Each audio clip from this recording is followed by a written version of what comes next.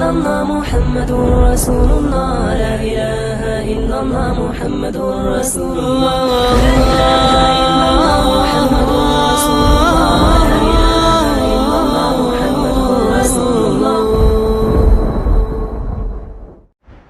بسم الله الرحمن الرحيم. الحمد لله وحده والصلاة والسلام على من لا نبي بعده أما بعد. أعوذ بالله من الشيطان الرجيم. بسم الله الرحمن الرحيم. الحمد لله رب العالمين. صدق الله العظيم. بزرگان محترم اور میرے عزیز ساتھیوں، اللہ رب العزت کا بڑا احسان و کرم ہوا، اللہ رب العزت نے ہم سب کو اس بابرکت مجلس میں شرکت کرنے کی توفیق عطا فرمائی. دعا فرمائے اولاً اللہ رب العزت مجھے صحیح کہنے کی توفیق عطا فرمائے، اور جو کچھ بھی کہا جائے سنا جائے ہم سب کو اس پر عامل بنا دے.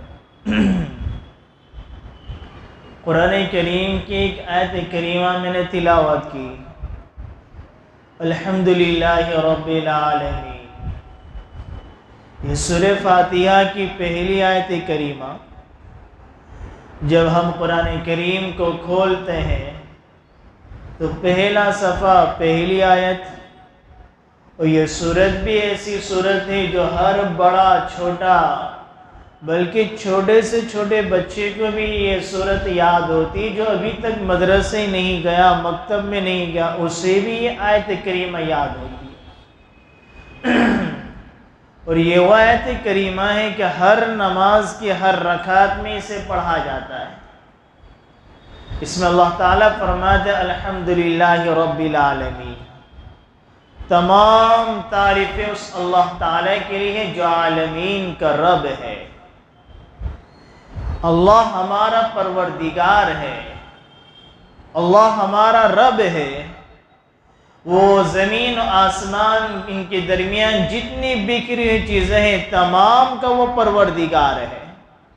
انسانوں کا بھی وہ پروردگار، جانوروں کا بھی پروردگار ہے، ہوا میں اڑنے والے پرندوں کا بھی وہ پروردگار ہے، وہ فرشتوں کا بھی پروردگار، جانور جنگلوں میں بسنے والے جانوروں کا بھی وہ پروردگار ہے، اور وہ جناتوں کا بھی پروردگار ہے. سب کا رب ہے، سب کی تربیت اور پرورش کرنے والا ہے.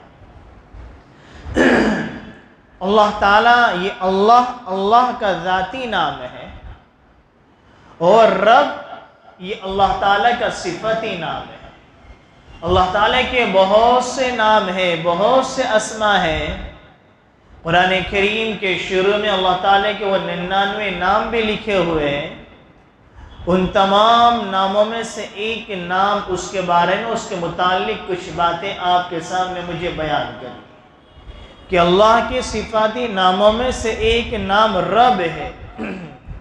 رب کے معنی پالنے والا، تربیت کرنے والا، پرورش کرنے والا، ایک ادنا سی چیز کو اعلیٰ درجے تک پہنچانے والا، اس کو رب کہتے ہیں. قرآن کریم کو اگر ہم پڑھتے ہیں، قرآن کریم کا مطالعہ کرتے ہیں تو پتہ چلتا ہے اللہ تعالیٰ نے اپنے اس رب کے لفظ کو اللہ نے اپنے پورے قرآن کریم میں، پورے کلام پاک کو اس سے احاطہ کیا ہوا، مزین کر دیا ہے. جگہ جگہ اللہ نے رب کا تذکرہ فرمایا، جگہ جگہ فرمایا.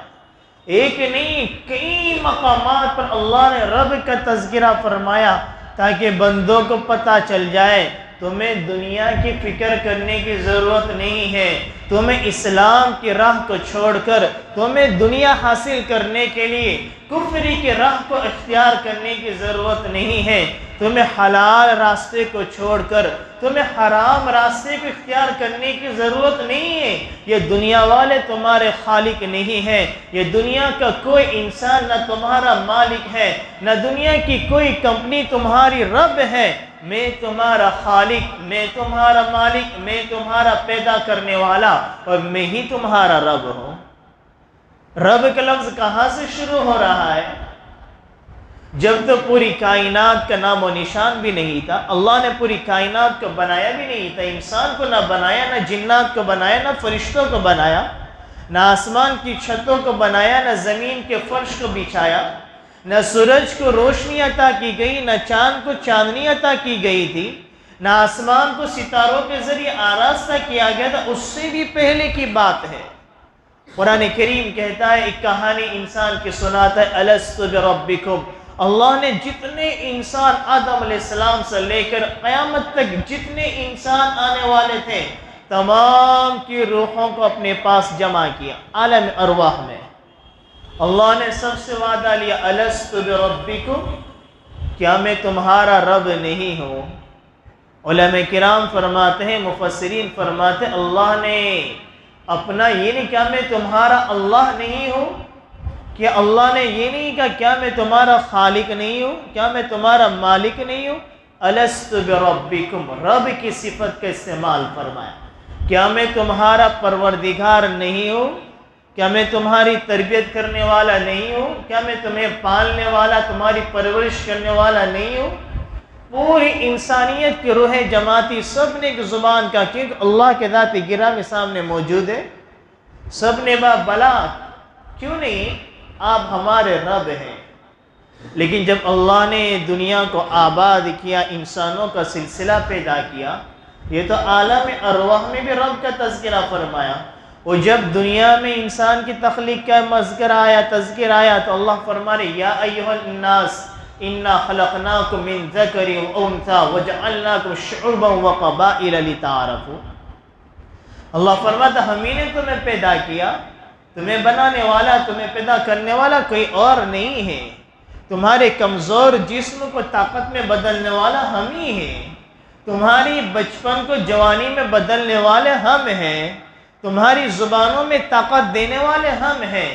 انسان اپنی تخلیق پر غور کرے، اس اللہ نے انسان کی کیسے تربیت کرتا ہے، وہ اللہ انسان کی کیسے پرورش کرتا ہے۔ جب بچہ دنیا میں آتا ہے وہ بالکل کمزور ہوتا ہے، بالکل چھوٹا سا بچہ ہوتا ہے، وہ اپنی زبان میں اس میں وہ طاقت نہیں ہوتی کہ اپنی کسی تکلیف کا اظہار کر سکے، اپنی بھوک کا اظہار کر سکے، اپنے پیاس کا اظہار کر سکے، اپنی کسی مصیبت کو بیان کر سکے، لیکن اس کے ہاتھوں میں بھی وہ طاقت نہیں ہوتی۔ مالک ید تبتش، اس کے ہاتھ میں وہ طاقت نہیں کہ اپنے ہاتھ سے ایک لقمہ بنا سکے، اپنے ہاتھ سے کسی چیز کو پکڑ سکے۔ ولا لک رجل تمشی، پیروں میں بھی طاقت نہیں ہے کہ ایک جگہ سے دوسری جگہ آسانی سے چلا جائے، نہ زبان میں طاقت اپنی معافی ضمیر کو اظہار کر سکے، اپنے دل کی باتوں کو لوگوں کے سامنے شیئر کر سکے، اپنے درد، بھوک، تکلیف، بیماری کا اظہار کر سکے، نہ اپنے ہاتھوں سے کسی چیز کو پکڑ سکتا ہے، نہ پیروں پر کھڑا ہو سکتا ہے۔ الحمدللہ رب العالمین، وہی اللہ ہے جو تمہارا رب ہے، اس نے تمہاری تربیت کا، پرورش کا نظام کیسے چلایا۔ اللہ فرماتے ہیں کہ میں نے تمہارے ماں باپ کے دلوں میں تمہاری محبتوں کو ڈال دیا، اور ایسی محبت ڈال دی، تھوڑی نہیں، ایسی محبت ڈالی، ایسی محبت ڈالی کہ اولادوں کی، بچے کی چیخ نکلتی ہے، ماں باپ کی آہیں نکل جاتی ہیں، بچے کی تھوڑی طبیعت خراب ہوتی ہے، ماں باپ کا کھانا پینا حرام ہو جاتا ہے، بچے کی رات میں ایک آواز نکلتی ہے، ماں کی نیندیں قربان ہو جاتی ہیں، پوری رات اس کے پیچھے لگی رہتی ہے، اس کی تکلیف کو اپنی تکلیف سمجھتی ہے، اس کی بھوک کو اپنی بھوک پیاس سمجھتی ہے، خود گھیلے میں کبھی بستر پر رات میں گزار دیتی ہے، لیکن اپنے بچے کو سوکھے میں سلاتی ہے کہ یہ میرا بچہ ہے۔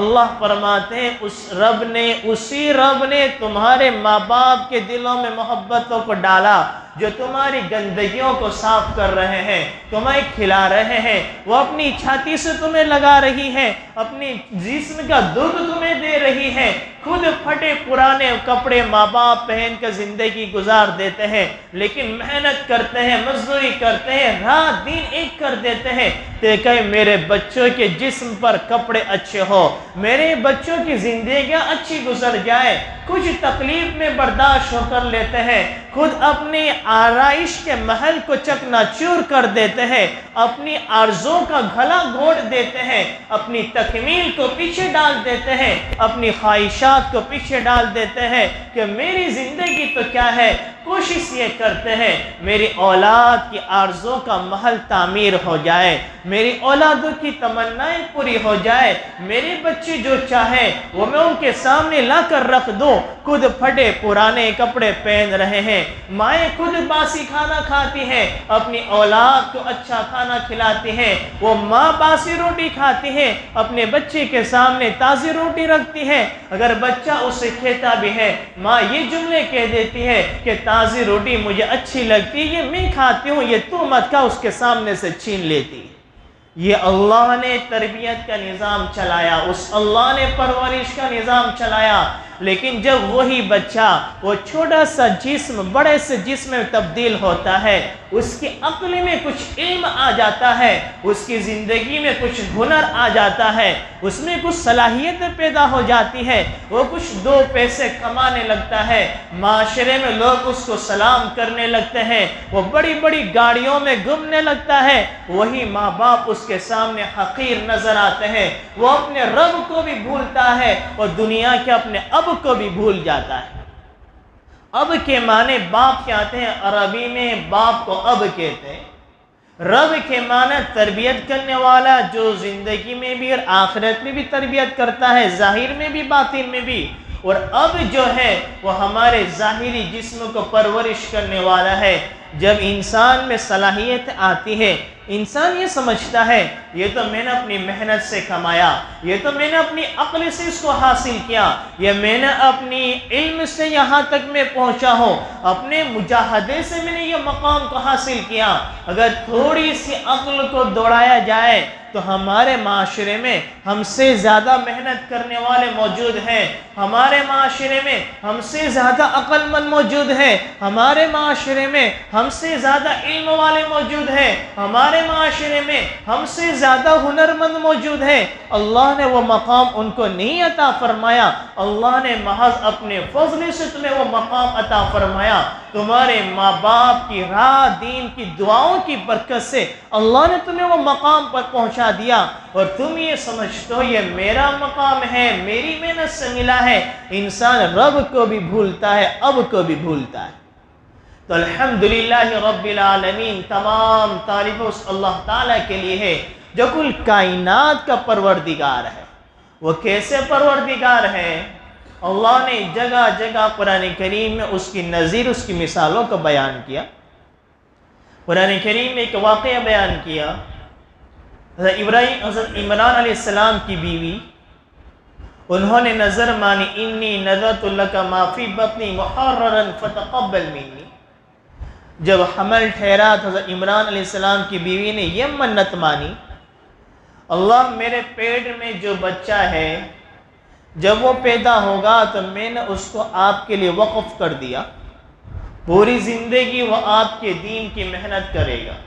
کیسی مائیں تھی، ابھی تو بچہ پیدا بھی نہیں ہوا، بچہ حمل میں ہے، وہ ماں یہ اللہ تعالیٰ کے سامنے معاملہ کر رہی ہے، انی نذرت لک، یا اللہ میں نظر مانتی ہوں، میں منت مانتی ہوں کہ جب میرا بچہ پیدا ہوگا تو میں اس کو تیرے لیے وقف کر دوں گی۔ آج ہم بھی تھوڑی دیر سوچے، ہمارے یہاں بھی اس طرح کے معاملے پیش ہوتے ہیں، لیکن ہمارے دل و دماغ میں کچھ اور چلتا ہوتا ہے کہ جب میرا بچہ آئے گا، میرا پوتا آئے گا، میرا نواسا آئے گا، نواسی آئے گی، تو میں اس کو فلاں جیسا بناؤں گا، یہ اس کے جیسا بناؤں گا، اس کے جیسا بناؤں گا، یہ بناؤں گا، وہ بناؤں گا، لیکن ہماری دینی ذہنیت ہمارے دلوں میں نہیں ہوتی۔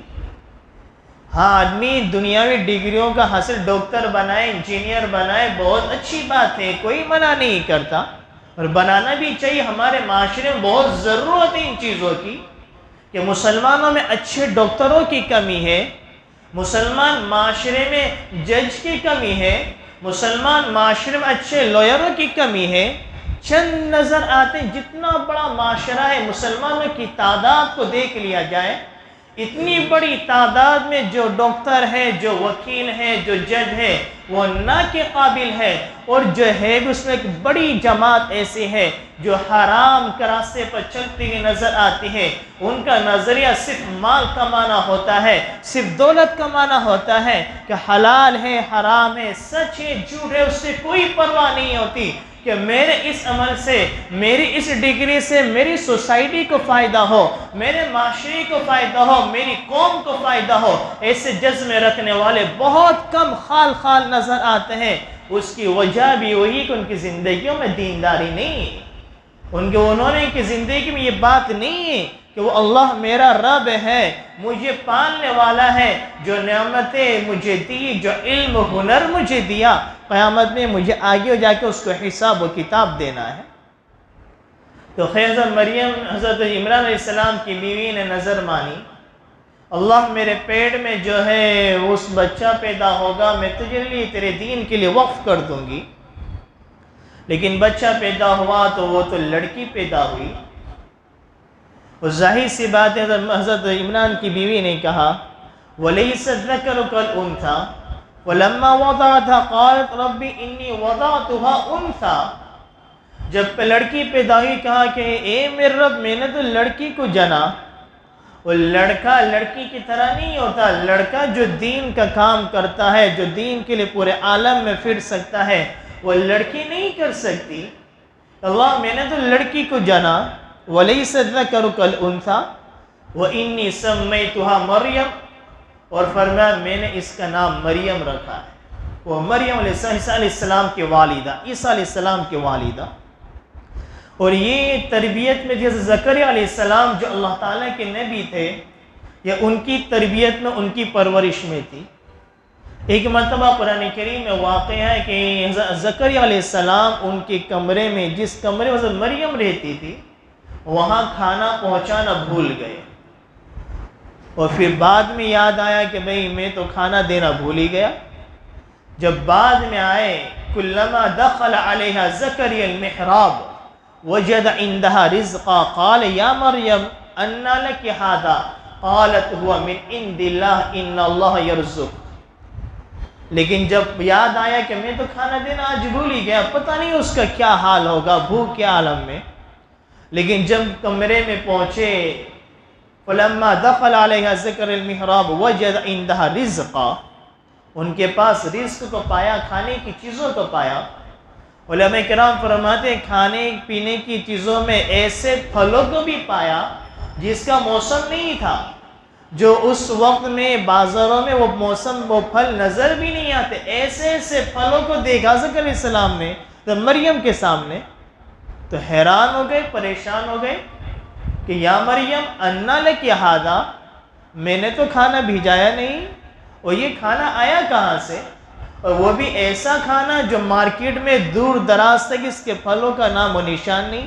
یہ تو اس زمانے کی، زکریا علیہ السلام کے زمانے کی بات ہے۔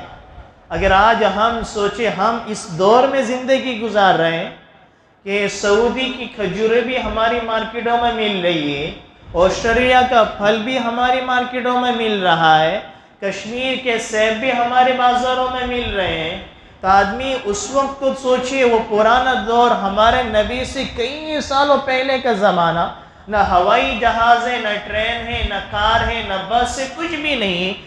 آدمی اپنے علاقے کی چیزیں عام طور پر وہیں پر رہتی تھی۔ آج تو آسان ہے کہ اس زمانے میں کہ نہ پھل ہے، وہ بھی موسم بھی نہیں، دوسرے علاقے کے پھل بغیر موسم کے، بڑے تعجب کا اظہار کیا، کہا کہ انا لک ھذا، کہ قالت ہوا من عند اللہ ان اللہ یرزق من یشاء بغیر حساب۔ حضرت مریم نے فرمائی اللہ کے پاس سے اللہ نے مجھے رزق دیا، اللہ تعالیٰ ان اللہ یرزق من یشاء بغیر حساب، واللہ تعالیٰ جس سے چاہتا ہے اسے بے حساب رزق عطا فرماتا ہے۔ وما من دابۃ فی الارض الا علی اللہ رزقها۔ آج یہ صفت کا تصور ہمارے زندگیوں سے، دل و دماغ سے نکل چکا ہے۔ ہمارا اللہ کون ہے؟ وہ اللہ ہمارا رب ہے، ہمیں پالنے والا ہے۔ یہ دنیا دار الاسباب ہے، کبھی تکلیف آئے گی، کبھی پریشانی آئے گی، کبھی غنا کا عالم ہے، کبھی مالداری کا عالم ہے، تو کبھی فقر و فاقے کا عالم ہے، کبھی صحت ہے، کبھی بیماری ہے۔ انسان یہ سوچے کبھی میری زندگی میں کوئی تکلیف نہ آئے، پریشانی نہ آئے، میرے کاروبار میں کبھی گھاٹا نہ ہو، کبھی نقصان نہ ہو۔ ہر طرح کے اسباب آتے رہیں گے، زندگی اونچ نیچ چلتی رہے گی، ہماری نظر اللہ تعالیٰ کی ذات پر ہونی چاہیے۔ اللہ تو نے مجھے پیدا کیا، میرا رب تو ہے، مجھے پالنے والا تو ہے، میری تربیت پرورش کرنے والا تو ہے۔ تکلیف آئے اللہ کی طرف متوجہ ہو جائے۔ اللہ نے رزق دیا، مال دولت دی، عزت دی، اکڑنے کی ضرورت نہیں ہے، تکبر اترانے کی ضرورت نہیں ہے کہ معاشرے میں میرے مقابل میں کوئی نہیں ہے، میں سب سے بڑا، پوری سوسائٹی میں میرا مقابل کوئی نہیں ہے۔ نہیں، ہمیں جھکنے کی ضرورت ہے۔ اللہ جب کسی کو علم عطا فرماتا ہے، کوئی صلاحیت عطا فرما دی، کوئی عزت عطا فرما دی، کوئی تجارت رزق اعلیٰ درجے کا عطا فرما دیا، تو اس کا درجہ تو ایک آدمی اپنے آپ کو جھکائے نہ کہ بلند کرے۔ علماء کرام اس کی مثال اس طرح سے دیتے ہیں، جب درخت کی ٹہنیوں پر پھل لگ جاتے ہیں تو وہ درخت کی شاخ جھک جاتی ہے زمین کی طرف۔